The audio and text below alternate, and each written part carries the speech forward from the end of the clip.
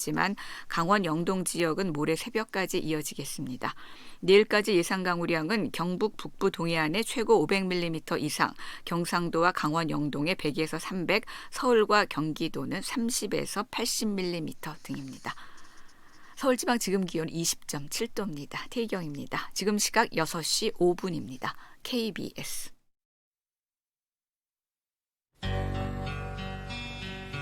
지극정성을 다하는 국민의 방송 KBS 김용민 라이브.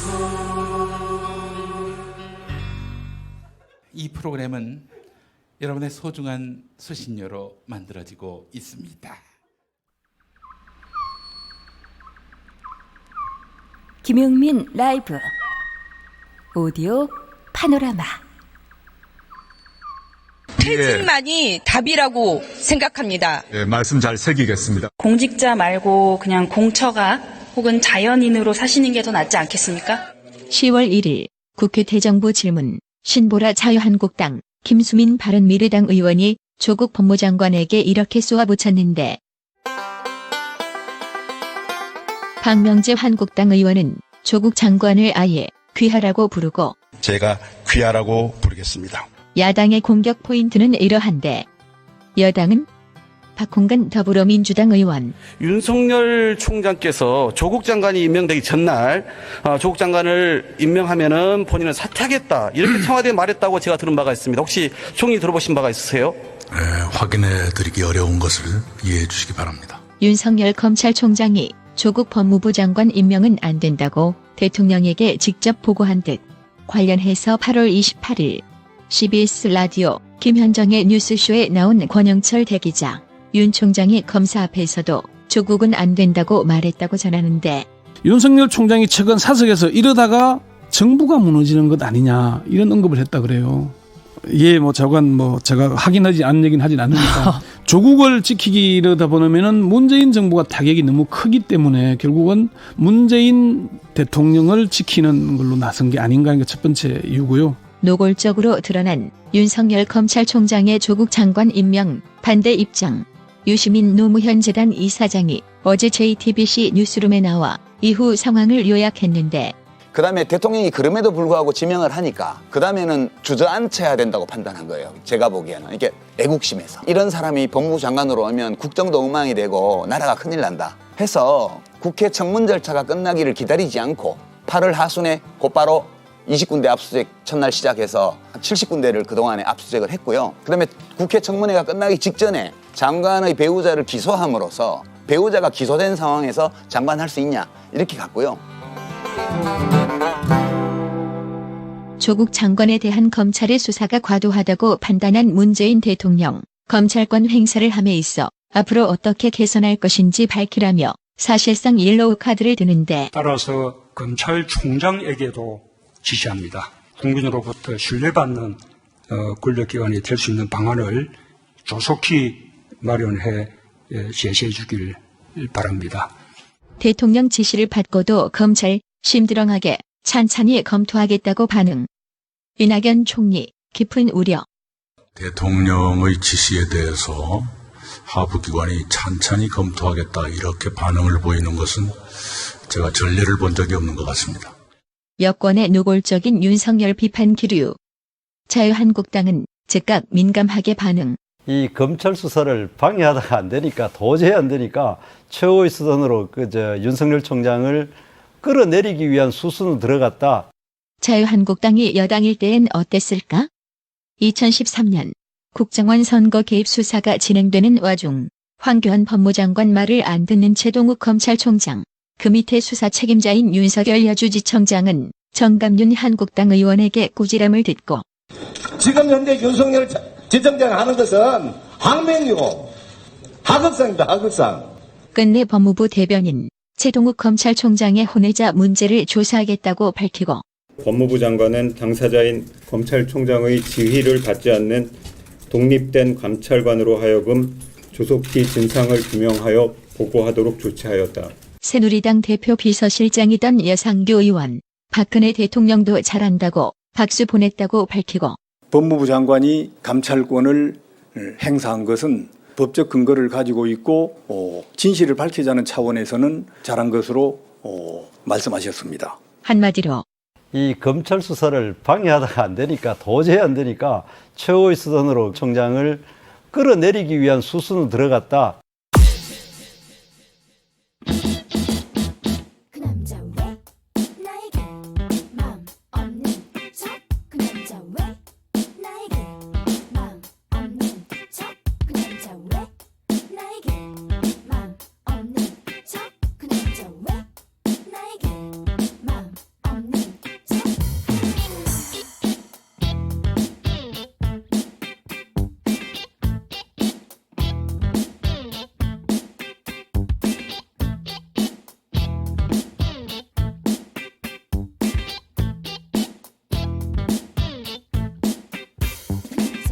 왜냐고 물어봐도 할 말은 없어요.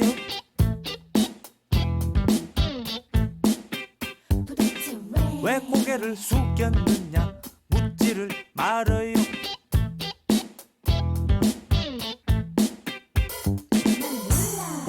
몰라도 하는 수가 없어요.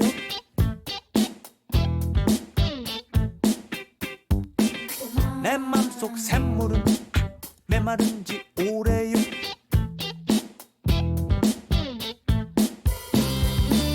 내가 그저 달짝지근한 남자라고 착각하지를 마라.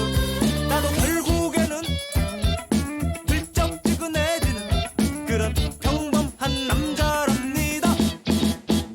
그 남자 왜 나에게 맘 없는 척? 그 남자 왜 나에게 맘 없는 척? 그 남자 왜 나에게 맘 없는 척?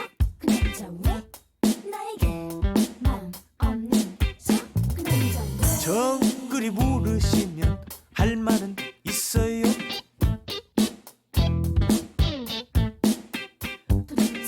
내 맘도 한때는 활활 뜨거웠다.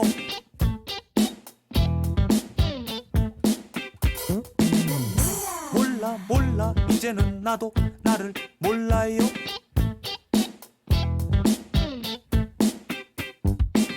자그마한 불씨조차 이제는 두렵다.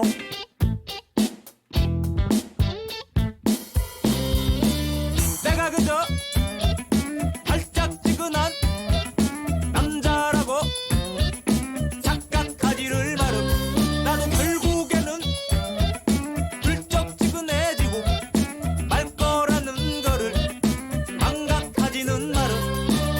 내가 그저 달짝지근한 남자라고 착각하지를 마라. 나도 결국에는 들쩍지근해지는 그런 평범한 남자랍니다.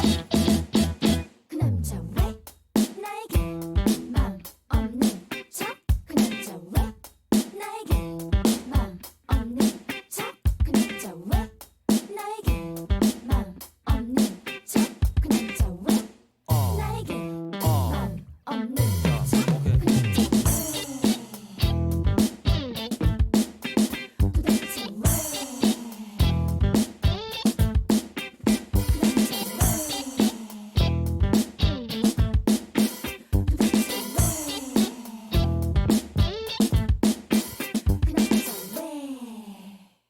네, 장기하와 얼굴들의 그 남자 왜 들으면서 시작했습니다. 김용민 라이브 2부입니다. 오늘 1부부터 전국 방송으로 여러분과 함께하고 있습니다. 태풍 미탁 관련한 기상특보 때문인데요. 자, 이따 KBS 1 텔레비전과 함께 KBS 뉴스 특보 함께 더 방송하는 시간 갖도록 하겠습니다. 자, 여러분 지금 계신 곳에 기상 상황 함께 공유해 주시겠습니까? 샵 9730 짧은 문자 50원 긴 문자 100원 콩으로 보내시면 무료입니다. 여러분들 많이 동참해 주십시오. 그래서 생생한 정보 들려주시면 저희가 KBS 전파를 통해서 이 시간 현장 상황을 소상히 애청자분들과 공유하도록 하겠습니다. 다시 한번 샵 9730 짧은 문자 50원, 긴 문자 100원, 모바일 라디오 앱 콩으로 들으시면 무료가 되겠습니다. 콩으로 문자 보내시면 무료입니다. 자, 팟캐스트에서 이 방송 다시 들으실 수 있습니다. 유튜브에서 KBS 1라디오 검색하시면 또 실시간 영상도 함께 하실 수 있고요. 많은 참여 바라겠습니다. 8539번 쓰시는 분, 인천 성남동이네요. 부슬부슬 비가 옵니다. 퇴근길 너무 막혀요 라고 하셨습니다. 박귀남님, 8시 수영 강습인데 비가 많이 와서 갈까 말까 고민하고 있어요 라고 하셨습니다. 4440번 쓰시는 분, 경기도 안양시도 많이 옵니다 라고 하셨고요. 자중하자님, 네, 자로잰 듯한 중립을 하자 이런 말씀 같습니다. 자중하자님, 마산 비 많이 옵니다 이렇게 또 문자 보내주셨습니다. 전국 각지의 기상 상황 소상히 알려주시면 저희가 그 내용 애청자분들과 함께 나누겠습니다. 라디오 정보센터 다녀올까요? 정한나 씨가 준비하고 있습니다. 20대 국회 마지막 국정감사 첫날 상임위마다 조국 법무부 장관과 관련한 증인 채택이나 자료 제출 요구로 여야가 대치하면서 파행과 공방이 이어졌습니다. 북한이 미국과 실무 협상을 앞두고 오늘 잠수함 발사 탄도미사일로 추정되는 미사일을 발사하자 미국의 전문가들은 북한이 성능을 개량한 북극성 3형을 개발했을 가능성에 주목하고 있습니다. 미국 국무부는 오늘 북한의 잠수함 발사 탄도미사일 추정 미사일 발사에 대해 도발을 자제하고 계속 협상에 나설 것을 촉구했습니다. 북한이 북미 실무협상 일정을 발표한 다음 날 노동신문을 통해 남북관계 경색 국면의 책임이 남측에 있다고 주장하고 나섰습니다. 검찰이 정경심 교수의 동양대 표창장 위조 혐의에 대해 위조한 전체 과정이 명백히 확인되는 파일을 압수했다면서 관련 내용을 담아 공판 절차에서 공소장 변경을 할 것이라고 밝혔습니다.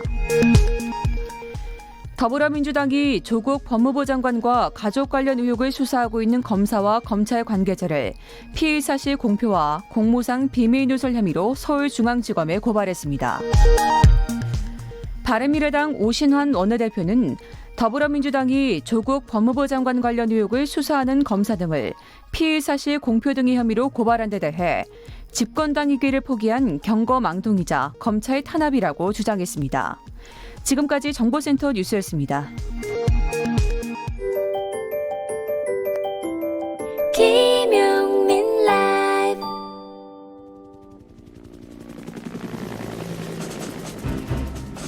대한민국 국회의원의 하루 24시간 1440분 86,400초 1분 1초도 허투루 쓰지 않는 국회의원들의 일거수일투족을 가장 가까이서 따라가 보겠습니다. 국민을 위한 소중한 시간 국회의원 24시. 자, 바른미래당 최이배 의원 만나는 날입니다. 지금 전화 연결되어 있습니다. 최이배 의원님. 예, 안녕하세요. 최이배입니다. 네, 국정감사의 계절인데 최이배 의원님 지금 어디 계세요? 예, 오늘 저 대법원 국정감사여서 지금 대법원에 와 있습니다. 아, 그래요. 국회 법사위원이시죠? 네. 네네네.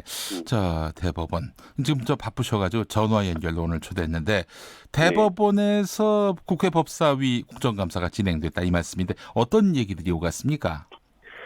뭐 역시나 이제 조국 장관에 대한 얘기들이 많이 오갔는데요. 특히나 이제 법사위에서는 조국 장관 가족 대상으로 여러 압수수색 영장이 이제 발부되지 않았었습니까? 네. 이제 이 부분에 대해서 여당 측 의원님들은 이게 너무 과도했다. 또 과잉 검찰의 수사에 오히려 법원이 지나치게 관대하게 영장을 허용해 준 것 아니냐라는 비판의 얘기를 많이 하셨고요. 네. 또 뭐 이런 걸로 인해서 이제 인권 침해 문제도 있었다라는 얘기가 나왔고, 한국당 의원님들은 이제 이것에 대해서 뭐 워낙 사안이 많으니까 영장을 많이 청구할 수밖에 없는 거 아니었냐. 그리고 법원도 이 부분에서 다 적절하게 봐서 했었기 때문에 뭐 이런 부분이 문제는 없다라는 이제 또 태도를 보이셨고요.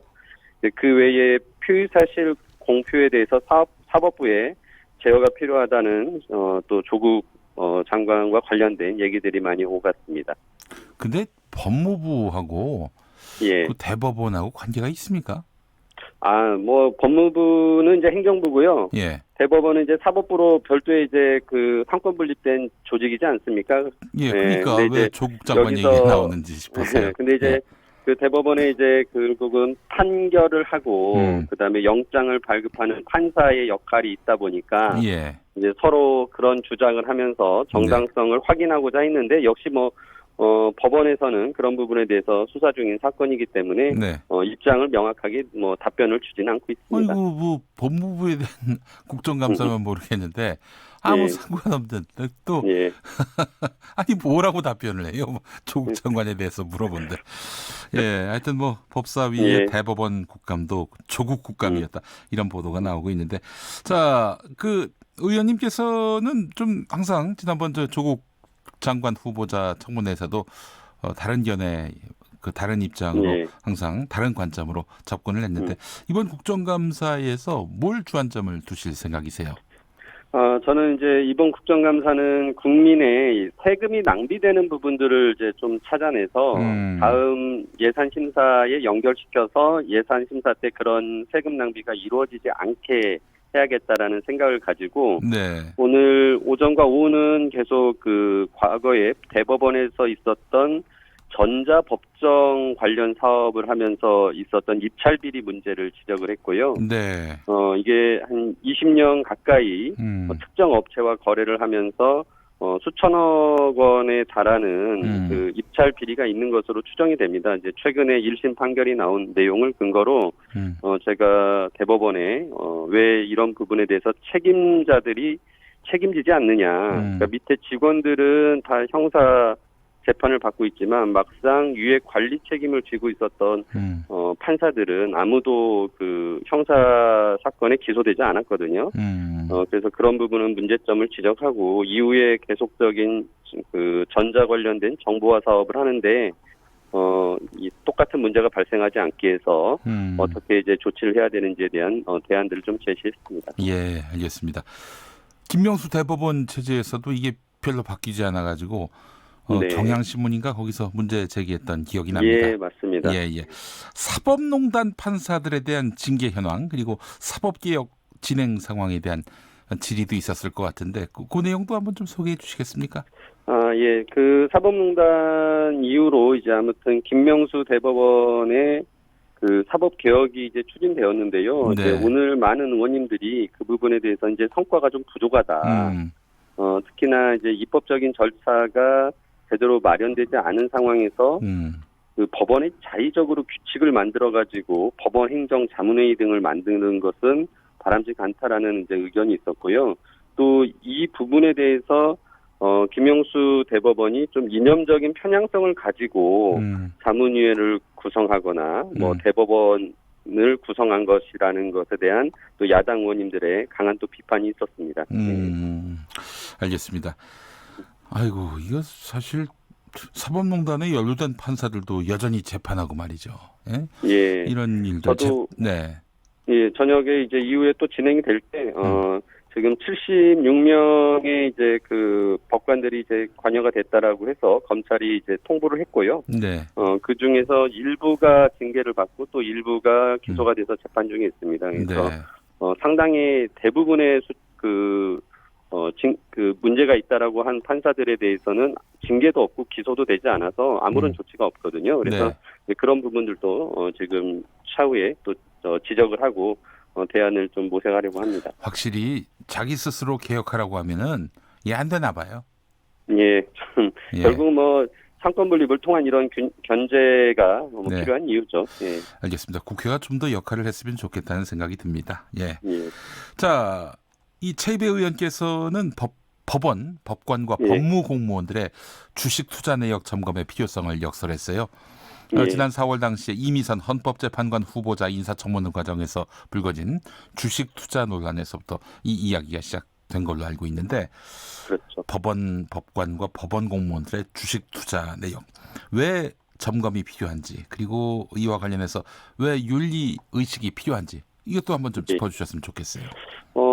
그 기업이 어떤 재판을 하게 되면 그 재판 결과가 기업에 굉장히 중요한 그 좌지우지할 수 있는 그런 사안입니다. 그래서 특히나 예를 들어서 기업을 회생시키려고 하는 과정에 이제 기업이 회생법원에 와서 여러 가지 회생에 대한 자구 노력이랄지 또 신규 자금 들어오는 내용 이런 것들이 주가에도 굉장히 중요한 영향을 주는 거거든요. 그래서 법원에서는 이제 이런 것들을 사전에 알 수 있고 이 정보는 미공개 정보이기 때문에 이거를 미리 알고 주식 투자를 하게 되면 굉장히 불공정하게 돈을 벌 수 있는 거죠. 네, 그런 면에서는 이제 그 법원이나 법관이나 법원 공무원이 이 주식 투자를 하는 것에 대해서도 제한을 두어야 되는데 현재는 고등법원의 부장판사급 이상만 이제 재산을 신고하다 보니까 그분들이 또 주식을 하면 안 된다라는 그런 그 거래를 하면 안 된다라는 규정을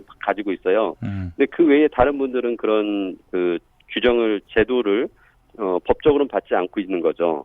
그래서 이제 그 법원에서는 행동 강령이나 윤리 강령 또는 뭐 행동 규칙 같은 것을 가지고서 그런 금전적인 경제적인 거래하면 안 된다라고 규정은 만들어놨는데 이 규정이 제대로 지켜지고 있는지는 한 번도 지금까지 점검을 안 한 거죠. 예.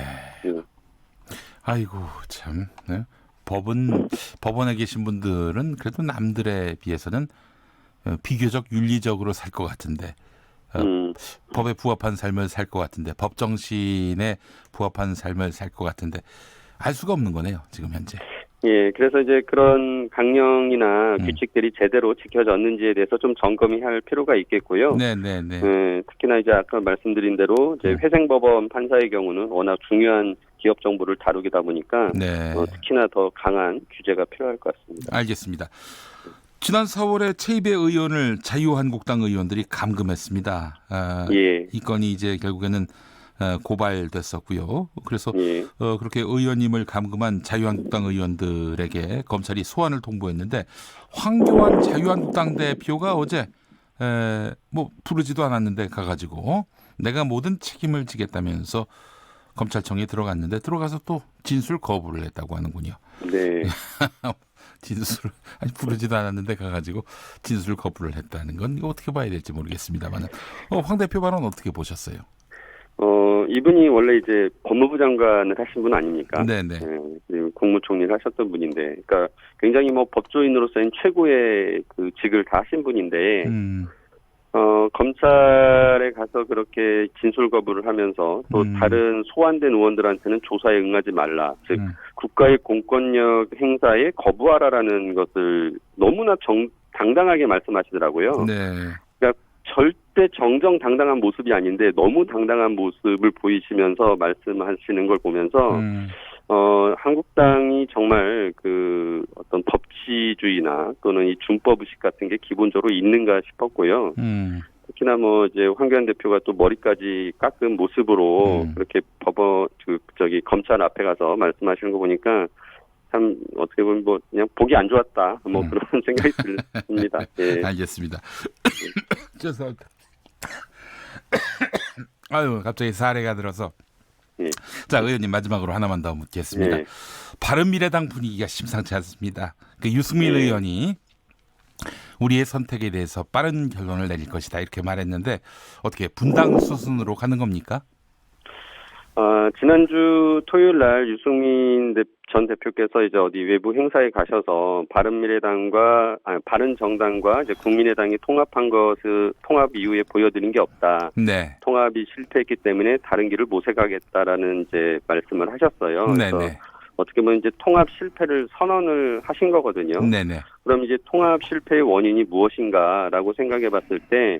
지금 문제가 되고 있는 뭐 손학규 대표의 사퇴 여부가 아닙니다. 아주 근본적으로 두 당이 가지고 있는 이념적인 지향이 좀 달랐던 겁니다. 그래서 중도를 표방하는 국민의당과 그다음에 보수를 표방하는 바른정당이 함께 할 수 있을 거라고 해서 했는데 막상 해보니까 화학적 결합이 안 됐던 거고요. 네네. 결국은 이 부분이 뭐 지금까지도 안 돼 왔고. 앞으로 이제 제가 보기에는 얼마 기간이 남지는 않은 것 같은데 끝까지는 한번 같이 또 노력을 해봐야 된다고 생각을 하고요. 네. 그러고 나서도 안 된다면 결국 뭐 그분들이 이제 선택을 하실 거라고 봅니다. 현재 이제 유승민, 안철수계라고 하시는 의원님들이 별도의 비상행동이라는 모임을 만들어서 움직이고 계신데 네. 결국은 뭐 정기국회를 마친 시점쯤이나 해서 뭔가 결단을 하지 않으실까. 그래서 남은 기간에라도 최대한 좀 같이 갈 수 있는 방안을 모색하기 위해 노력하고 있습니다. 네. 노력할 것 같지 않은데요. 갈 테면 가라. 진짜로 하고 있습니다. 그래요? 예. 알겠습니다. 만약 예. 저분들이 자기 갈 길 가고 뭐 탈당을 하든지 그렇게 해서 결별하게 되면은 어떻게 되는 겁니까? 바른미래당은? 지금 뭐 바른미래당에 이제 결국 남게 되는 의원님들은 지금 뭐 안철수계라고 하시는 분들이 대부분 비례 의원님들이시기 때문에 네. 뭐 탈당을 할 수는 없을 거고요. 결국은 이제 바른정당계 의원님들 8분 정도가 뭐 탈당이 가능하다고 저는 생각을 하고요. 네네. 그렇다면은 뭐 다시 그 국민의당의 계의 의원님들만 남아서 이제 소속을 가지고 당을 운영하게 되는데 네. 저는 뭐 이제 12월 달쯤 가면 정계 개편이 이루어질 것이고 그 과정에서 제3지대 중도 개혁을 표방하는 강력한 정계 개편을 하는 과정에서 바른미래당이 역할을 하면 네. 다시 또 많은 분들이 함께 할 수 있다라는 기대를 가지고 있습니다. 네, 민주평화당이라든지 지금 대한정치연대와 다시 결합할 수도 있다? 뭐 그런 분들도 배제하지 않을 거고요. 네. 지금 뭐 막상 나가겠다고는 하지만 그분들 바른정당계 의원님들 역시 결국은 큰 틀에서 제3지대라는 통합에 또 같이 할 수 있다면 언제든지 또 같이 모일 수 있다고 생각합니다. 네, 알겠습니다. 바른미래당 최이배 의원님 국감 중에 이렇게 연결해 주셔서 감사합니다. 네, 감사합니다. 네. 아숙지님 잠시 전에 제주 애월 정전됐어요라고 하셨습니다. 어떻게 복구되셨는지 모르겠습니다. 세종에 비온다 0042번님 9874 전북청읍인데요. 비가 잠자기 좋게 온다 말씀하셨고 1975번 쓰시는 분 경북 성주인데 비가 무지막지하게 퍼붓네요. 5348번 쓰시는 분 남원인데요. 지금은 비가 멈췄어요. 2123번 쓰시는 분 창원인데요. 비 떨어지는 소리가 요란하네요. 이렇게 문자 보내주셨습니다. 감사합니다. 김용민 라이브 오늘 여기까지입니다. 계속해서 태풍 미탁 관련 뉴스 특보 KBS 1텔레비전과 함께 동시에 들으시겠습니다. 내일 뵙겠습니다.